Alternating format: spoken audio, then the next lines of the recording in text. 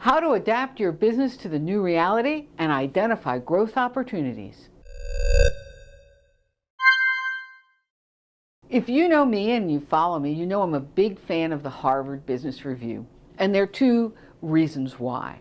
The first is that the business world and business publications are just bloated with a lot of BS. Harvard Business Review articles are generally based on research and statistics and interesting stuff, and they're well thought out. The second reason I like them is that the articles and the editors and writers are very adept at taking really complicated and complex issues and making them clearly understandable and help you to think about them in a new way. And the October 2020 issue is no exception. There's a great article in here I want to share with you, and it's called, yes, How to Adapt Your Business to the New Reality and How to Identify Growth Opportunities. So the article covers a two-step process in terms of looking and reviewing at the chaotic changes that are happening in our business lives and our markets right now. Here's the first step.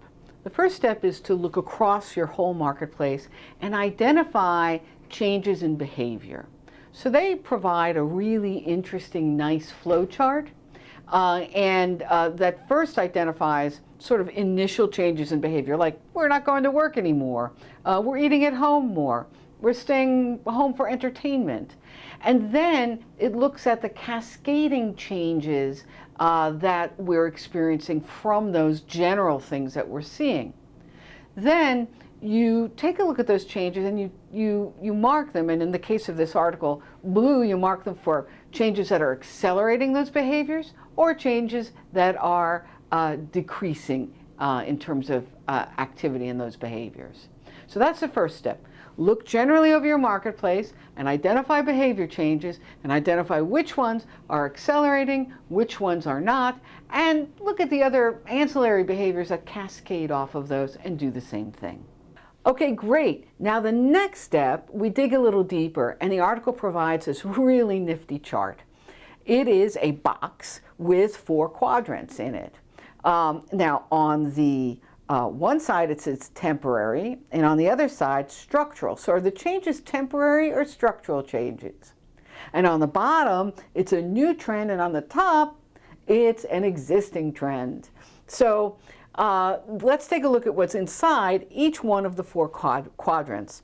On the lower, let's see, over here, we hope it's over here, right? That's where we hope it is. We're looking at the concept of displacement, which is a temporary change, okay, and with a new trend. So what does that mean? Is the change in behavior displacing other behaviors, and is it temporary? All right. Now, above that, in the next quadrant, is boost. Right? Is this a trend that's accelerating, a temporary trend that's accelerating? And I would see an example of boost would be eating more takeout, not going to restaurants to sit in the restaurant. That would be a displacement. But the boost would be getting food to take out and bringing it home, because that is a temporary acceleration. Now, if you have a temporary acceleration and that's your business and you're seeing that, you can make business decisions knowing that that acceleration isn't going to last forever, but you can make money while it's happening. Okay, now up in the upper right-hand corner over here is catalyst. That is a change that is both structural and increasing. That's a really brilliantly new change. It's a whole new paradigm, something completely different and new. And down below, in the lower right-hand corner, is innovation, structural, and really the way I would define innovation is something that was unheard of before. And the way the article defines innovation, they look at Hollywood studios going direct to digital. So they're releasing their movies direct to digital platforms. That's something they never would have done before because it cuts out the movie theaters. Now, if I were a movie theater, I'd be really concerned about that. And I might be looking at new ways to eventually, when COVID opens, bringing butts back in seats that would have nothing to do with the Hollywood studios. So one thing that comes to mind is there are people who love opera, and for years there have been people who go to special movie theaters with digital screens to see, say, an opera from Lincoln Center. And if they live in the country, way out in rural areas, they'll find a college or university that has this kind of special theater, and they will go and watch the Lincoln Center opera.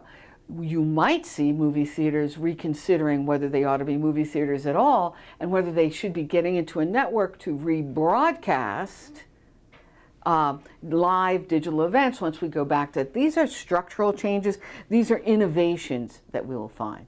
So I encourage you to run through this process in your own world, in your own market, and look at your markets and think about first what's changed and not what has changed and not changed, what's increasing and what's decreasing, and then to dig deeper and to figure out whether it's a displacement, a boost, a catalyst, or an innovation.